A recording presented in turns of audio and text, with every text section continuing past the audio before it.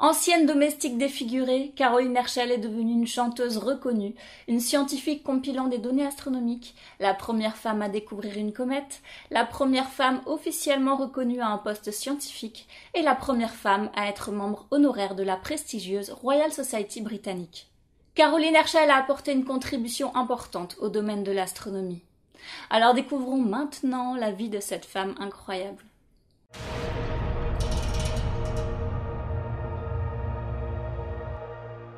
Née en Allemagne le 16 mars 1750, Caroline est l'une des 8 enfants d'Anna et Isaac Herschel. Son père est un violoniste qui, pour nourrir sa famille, prend un emploi de musicien militaire. Anna, quant à elle, est analphabète et estime que les filles ne devraient travailler qu'à la maison. À l'âge de 3 ans, Caroline souffre de la variole, ce qui laissera son visage marqué. À 11 ans, elle est cette fois-ci atteinte du typhus, ce qui limitera sa taille à moins de 1,40 m. Supposant qu'elle ne trouvera jamais de mari, Anna décide que sa fille deviendra la domestique de la famille. Isaac s'émeut du sort de Caroline, et à l'insu de sa femme, l'encourage à étudier. Il profite de la moindre absence d'Anna pour instruire lui-même sa fille ou la joindre aux leçons dispensées à ses frères. Mais Isaac meurt en 1767 d'une mauvaise santé provoquée par le service de guerre, laissant Caroline 17 ans à la merci d'Anna et de son frère aîné Jacob, le nouveau chef de famille. William, désormais professeur de musique et organiste d'église en Angleterre, désire que sa jeune sœur ait une vie meilleure qu'elle ne l'aurait en tant que servante de leur mère.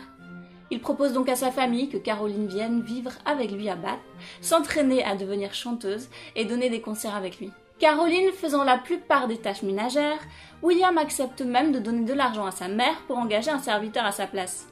C'est ainsi qu'à 22 ans, Caroline quitte le domicile familial pour s'installer avec son frère aîné de 12 ans et se former au chant.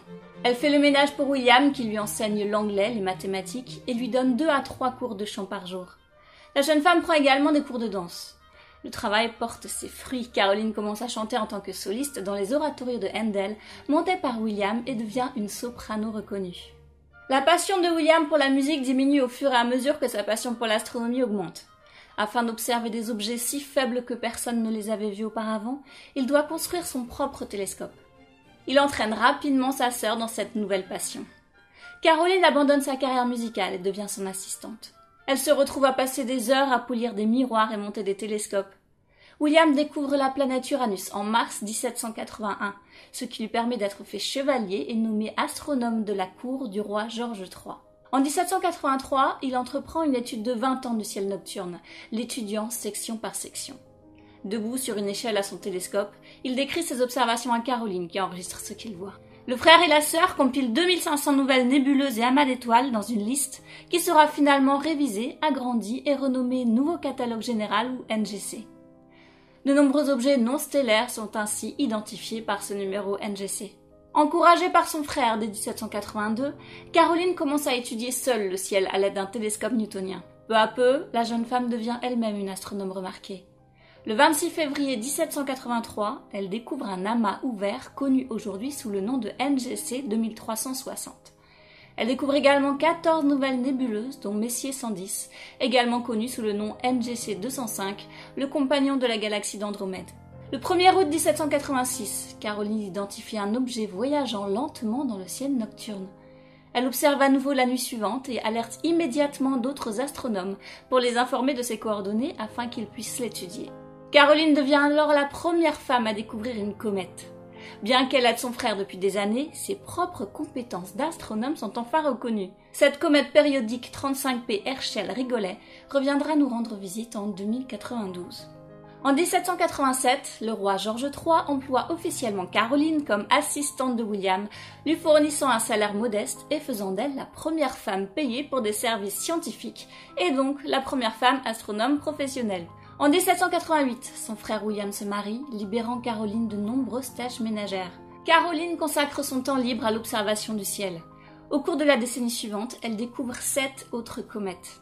Lorsqu'elle travaille avec son frère, elle doit déterminer à laquelle des étoiles standards du catalogue britannique William fait référence en se basant sur ses instruments.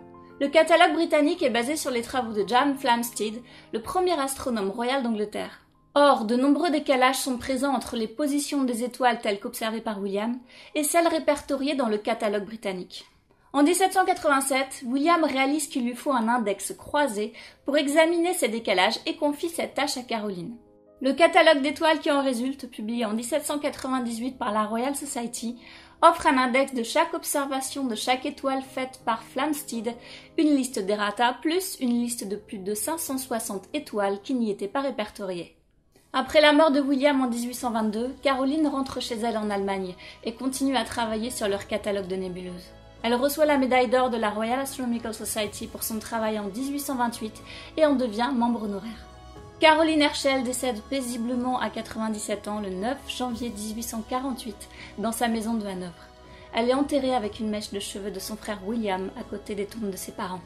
Sur sa pierre tombale est inscrit « Les yeux de celle qui est glorifiée ici-bas se sont tournés vers les cieux étoilés ».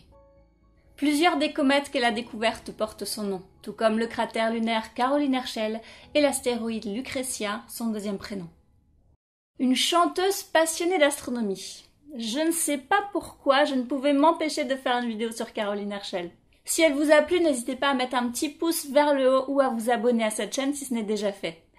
Allez, sur ce, je vous dis comme d'habitude, à bientôt pour une nouvelle vidéo.